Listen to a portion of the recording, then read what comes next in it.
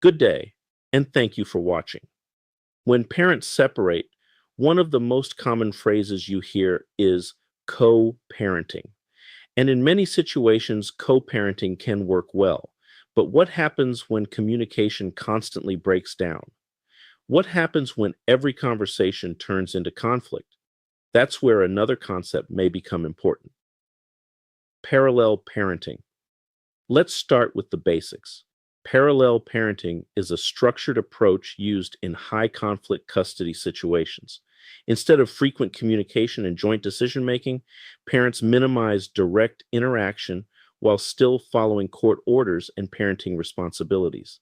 Now, here's the key: parallel parenting is not about avoiding your child, it's about reducing conflict between parents, because constant conflict can affect everyone involved, especially the child.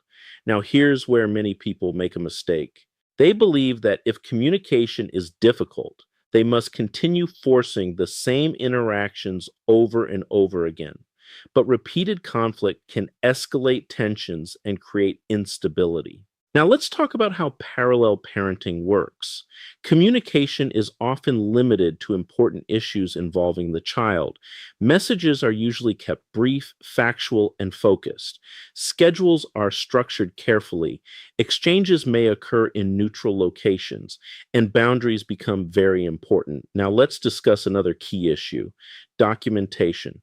In high conflict custody situations, keeping records matters: communication logs, parenting schedules, missed exchanges, because if disputes arise later, documentation becomes important. Now, let's talk about social media. Many parents make the mistake of posting about the other parent online: complaints, arguments, indirect comments. But those posts can become evidence, and they can affect how the court views the situation. Now, let's discuss the court's perspective. Family court focuses heavily on the best interest of the child. If constant parental conflict is affecting the child's stability, the court may encourage or structure arrangements that reduce that conflict. Now, let's talk about another issue: control. In some high conflict situations, one parent may try to use communication as a form of control. Frequent arguments, excessive messages, unnecessary conflict. Parallel parenting creates structure that can reduce those interactions. Now, let's discuss expectations. Parallel parenting does not mean everything becomes easy overnight, but it can reduce chaos and reduce opportunities for conflict. Now, let's talk about children. Children should not become messengers between parents. They should not carry information, arguments, or adult conflict. Keeping children out of parental disputes is critical. Now, let's discuss strategy. If communication is consistently hostile, emotional, or disruptive, it may be time to evaluate whether a more structured parenting arrangement is necessary, because not every situation benefits from constant interaction. Now, let's look at the bigger picture. Family law is not just about legal orders, it's about long term stability.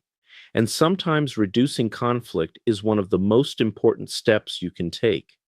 In conclusion, parallel parenting is designed for high conflict situations where traditional co parenting is not working.